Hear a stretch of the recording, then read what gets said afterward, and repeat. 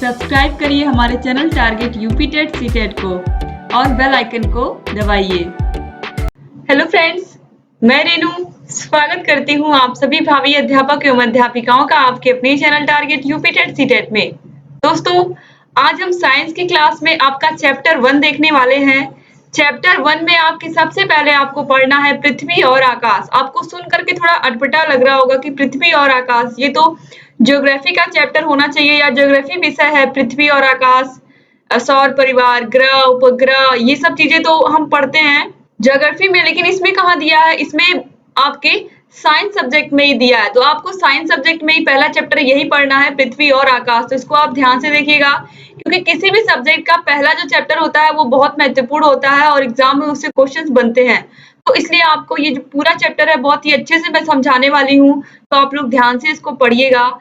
तो सबसे पहले दोस्तों, पृथ्वी और आकाश की हम बात करेंगे तो सबसे पहले आएगा सौर परिवार। सौर परिवार क्या होता है? आप सभी लोग को पता है कि सूर्य के परिवार को ही हम सौर परिवार कहते हैं। और सूर्य क्या है? सूर्य एक तारा है जो प्रकाश उत्पन्न करता है। तो एग्जाम में अगर पूछता है सूर्य क्या है, तो सूर्य एक तारा है। और जो पिंड सूर्य के चारों ओर निश्चित कक्षा में अंडाकार चक्कर लगाते हैं वो ग्रह कहलाते हैं। तो अगर एग्जाम में पूछता है कि ग्रह किसे कहते हैं, तो वो पिंड जो सूर्य के चारों ओर एक निश्चित कक्षा में चक्कर लगाते हैं वो ग्रह कहलाते हैं।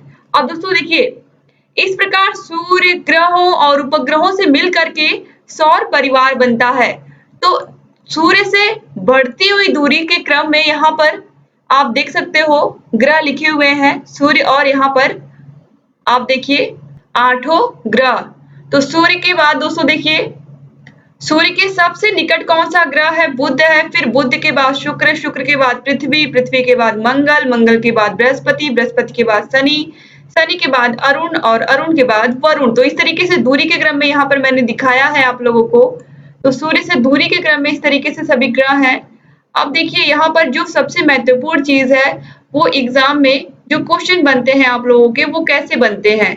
तो जो बुध ग्रह है, इंग्लिश में सभी का नाम आपको याद होना चाहिए, क्योंकि बहुत जरूरी। एग्जाम में एक बार केवल नेपच्यून ग्रह पूछा था कि नेपच्यून ग्रह के कितने उपग्रह होते हैं और इसका व्यास कितना है। तो अगर एग्जाम में ऐसे क्वेश्चन पूछता है तो आपको इंग्लिश भी पता होना चाहिए सभी ग्रहों का। तो देखिए, बुध ग्रह को मरकरी के नाम से जानते हैं और इसका व्यास है 4878 किलोमीटर। और इसका जो परिक्रमण काल है, एग्जाम में परिक्रमण काल बहुत पूछता है और कितने उपग्रह हैं इसके, ये 2 क्वेश्चन बहुत पूछता है। व्यास तो बहुत ही रेयर केस में देखने को मिलेगा, लेकिन परिक्रमण काल और उपग्रहों की संख्या आप जरूर याद रखिएगा। दोस्तों, जो बुध ग्रह है मरकरी, वो 88 दिन यानी कि 88 डेज में सूर्य का एक चक्कर लगा लेता है।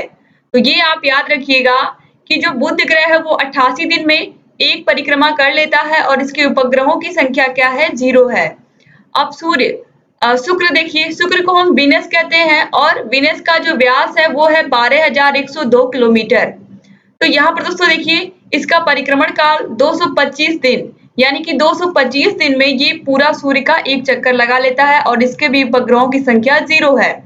तो इसके आपने देखा बुध और शुक्र दोनों के ही पास कोई उपग्रह नहीं है। तो क्वेश्चन एग्जाम में पूछता है कि बुध और शुक्र के पास कितने उपग्रह है, या अकेले के भी पूछता है, तो आपको बताना है कि इसके इन दोनों के कोई उपग्रह नहीं है।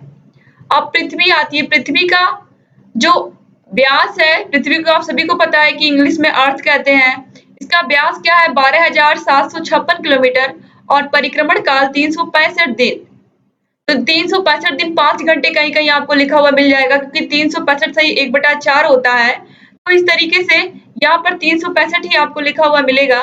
तो 365 दिन आप याद रखिएगा। और सूर्य का जो उपग्रह, जो पृथ्वी का उपग्रह है, आप सभी लोग को पता है जो हमारी पृथ्वी है, इसका एकमात्र उपग्रह कौन है? चंद्रमा है। तो ये बहुत ही इजी है, तो आप याद रखिएगा कि पृथ्वी का केवल एक ही उपग्रह है और वो कौन है? चंद्रमा है। इसके बाद मंगल आता है। मंगल, मार्स, इसको इंग्लिश में क्या कहते हैं? मार्स। अब देखिए, इसका जो व्यास है वो है 6792 किलोमीटर और ये जो परिक्रमण काल है इसका 687 दिन है, यानी कि 687 डेज में ये पूरा सूर्य का एक चक्कर कंप्लीट करता है। और इसके जो उपग्रह है वो 2 हैं। तो मंगल के उपग्रह मेनली एग्जाम में पूछता भी है। फोबोस और डीमोस किसके उपग्रह है? मंगल ग्रह के उपग्रह है और इसके 2 उपग्रह है, ये भी आप याद रखिएगा। इसके बाद आता है बृहस्पति, जुपिटर, ये सबसे बड़ा ग्रह है, ये आप याद रखिएगा।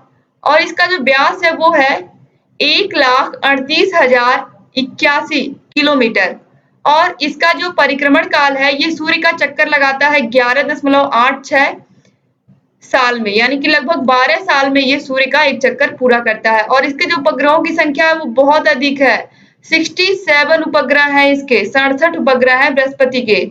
इसके बाद देखिए शनि, शनि को हम कहते हैं सैटर्न और यहाँ पर देखिए आप 1,20,500 किलोमीटर इसका व्यास है शनि का और इसका परिक्रमण काल है 30 साल, 30 ईयर और इसके उपग्रहों की संख्या है 62, 62। इसमें टाइटन सबसे बड़ा है और फोबे सबसे छोटा है। इसके बाद आता है अरुण, अरुण को हम कहते हैं यूरेनस और इसका जो व्यास है वो है 51,400 किलोमीटर और इसका जो परिक्रमण काल है वो है 84 ईयर, यानी कि 84 साल और इसके उपग्रहों की संख्या है 27। इसके बाद आता है वरुण, नेपच्यून, इसका देखिए इसका जो व्यास है वो है 48,600 किलोमीटर और इसका जो परिक्रमण काल है यानी कि ये 164.8 साल में सूर्य की एक परिक्रमा पूरा करता है। अगर देखा जाए तो 165 साल लग जाते हैं इसको सूर्य की परिक्रमा करने में। क्यों लग जाते हैं? क्योंकि ये सबसे दूर है सूर्य से और इसके उपग्रहों की संख्या कितनी है? 13 है। तो यहाँ पर आप देखोगे 1, 2, 3, 4, 5, 6, 7, 8 यानी कि आपके टोटल 8 ग्रह हैं। तो ये आप याद रखिएगा कि ग्रहों की संख्या कितनी है? 8 है। तो दोस्तों यहाँ पर अब हम कुछ इंपॉर्टेंट चीजें देख लेते हैं। जो शुक्र ग्रह है इसको हम भोर का तारा, सांझ का तारा या पृथ्वी की बहन के नाम से भी जानते हैं। तो एग्जाम में पूछता है कि भोर का तारा या सांझ का तारा किस ग्रह को कहते हैं या चमकीला ग्रह भी इसको कहते हैं। तो ये सब आप याद रखिएगा। शुक्र ग्रह को कई सारे नाम मिले हैं। तो भोर का तारा, सांझ का तारा, पृथ्वी की बहन और चमकीला ग्रह शुक्र ग्रह को कहते हैं। मंगल ग्रह को लाल ग्रह के नाम से जानते हैं, आप सभी लोग को पता है। और बृहस्पति ग्रह सबसे बड़ा ग्रह है, ये भी आप याद रखिएगा। अब दोस्तों इसके बाद सूर्य के सबसे निकट बुध ग्रह है, ये तो आपने देखा ही, और सबसे दूर नेपच्यून है, ये भी आपने देखा। अब उपग्रह किसे कहते हैं, उल्कापिंड किसे कहते हैं, एग्जाम में कभी कभी ये छोटे छोटे क्वेश्चन पूछ लेता है। अति लघु उत्तरी में 1 नंबर में पूछ लेता है, तो इसको आप लोग देख लीजिए। जैसे उपग्रह किसे कहते हैं, तो दोस्तों ये आकाशीय पिंड हैं जो अपने अपने ग्रहों की परिक्रमा करते हैं। ग्रहों की भांति इनमें भी अपनी चमक नहीं होती है, बल्कि ये सूर्य के प्रकाश से प्रकाशित होते हैं। यानी कि जो उपग्रह होते हैं वो ग्रहों की परिक्रमा करते हैं। जैसे कि चंद्रमा है, तो चंद्रमा इस तरीके से यहाँ पर ये चीज बताई गई है कि जो उपग्रह होते हैं इनका अपना स्वयं का प्रकाश भी नहीं होता है, ये सूर्य के ही प्रकाश से प्रकाशित होते हैं। तो जो चंद्रमा आपको रात में दिखाई देता है, अगर आपको ये लगता है कि चंद्रमा अपनी चमक दे रहा है, तो ये आपकी गलतफहमी है। चंद्रमा किसके प्रकाश से प्रकाशित हो रहा है? सूर्य के प्रकाश से प्रकाशित हो रहा है। तो ये आप याद रखिएगा। और आप सभी लोगों ने देखा होगा कि चंद्र ग्रहण लगता है। चंद्र ग्रहण क्यों लगता है? जब चंद्रमा और सूर्य के बीच में, यानी कि जब चंद्रमा और सूर्य के बीच में पृथ्वी आ जाती है, तो जो सूर्य का प्रकाश है वो चंद्रमा पर नहीं पड़ता है। जो चंद्रमा पर नहीं पड़ता है तो चंद्र ग्रहण हो जाता है। तो ये भी आप याद रखिएगा कि किस तरीके से चंद्र ग्रहण होता है। इसके बाद देखिए आगे देखते हैं, उल्का पिंड किसे कहते हैं? अंतरिक्ष में घूमते हुए धूल और गैस पिंड जब पृथ्वी के समीप से गुजरते हैं तो पृथ्वी के गुरुत्वाकर्षण के कारण तेजी से पृथ्वी की ओर आ जाते हैं। यानी कि ये धूल कण होते हैं और गैसीय पिंड होते हैं। तो जब पृथ्वी के बगल से गुजरते हैं तो पृथ्वी का गुरुत्वाकर्षण इतना तेज होता है कि इन पिंडों को वो खींच लेती है अपनी तरफ। तो जब पृथ्वी खींच लेती है तो जब ये अब यहाँ पर देखिए, जब ये पृथ्वी के वायुमंडल में आते हैं तो इतना घर्षण उत्पन्न करते हैं कि उस घर्षण से और उस चमक से ये पृथ्वी पर पहुंचने से पहले ही जल जाते हैं। तो इन्हें क्या कहते हैं? इन्हीं को ही हम उल्का पिंड कहते हैं। उल्का का मतलब होता है जलता हुआ कोई पिंड। तो इस तरीके से पृथ्वी के आकर्षण या गुरुत्वाकर्षण से तो ये आ जाते हैं पृथ्वी के अंदर, लेकिन ये वायुमंडल में ही आकर घर्षण से ही क्या होता है, वायुमंडल के वायु के घर्षण से ही ये चमकने लगते हैं और ये जलने लगते हैं, और जिससे ये जल करके खाक हो जाते हैं। तो इन्हें ही हम उल्का पिंड कहते हैं। इसके बाद है आकाश गंगा या मंदाकिनी, जिसको हम गैलेक्सी कहते हैं। ब्रह्मांड में खरबों तारे हैं जो बड़े-बड़े समूहों में पाए जाते हैं। तारों के ऐसे किसी समूह को ही हम क्या कहते हैं, आकाश गंगा या मंदाकिनी कहते हैं। तो बहुत ही इजी एक लाइन का ये, अगर इसकी परिभाषा की मैं बात करूं तो तारों के ऐसे समूह या खरबों तारों के ऐसे समूह या बड़े-बड़े ऐसे समूह जहां पर पाए जाते हैं, उन्हीं को हम क्या कहते हैं, आकाश गंगा कहते हैं। या बड़े-बड़े तारों के समूहों को ही हम क्या कहते हैं, आकाश गंगा कहते हैं। अब इसके बाद आता है धूमकेतु या पुच्छल तारा। कुछ आकाशीय पिंड इस प्रकार के होते हैं जिनमें सूर्य से दूरी की ओर गति करती हुई दीप्त धारीदार पूंछ होती है। इन्हें ही हम धूमकेतु या पुच्छल तारा कहते हैं। यानी कि ये जो आकाशीय पिंड होते हैं, ये सूर्य से दूरी की ओर गति करते हैं और इनकी जो दीप्त धारीदार पूंछ होती है, इसीलिए इसको हम क्या कहते हैं, पुच्छल तारा भी कहते हैं। तो इस तरीके से आपने देखा यहाँ पर आज आकाश और पृथ्वी चैप्टर में। अभी दोस्तों इसमें आपके दो महत्वपूर्ण चीजें रह गई हैं इस टॉपिक में, वो है सूर्य ग्रहण और चंद्र ग्रहण, जिसके विषय में मुझे फिगर बना के आपको बताना पड़ेगा।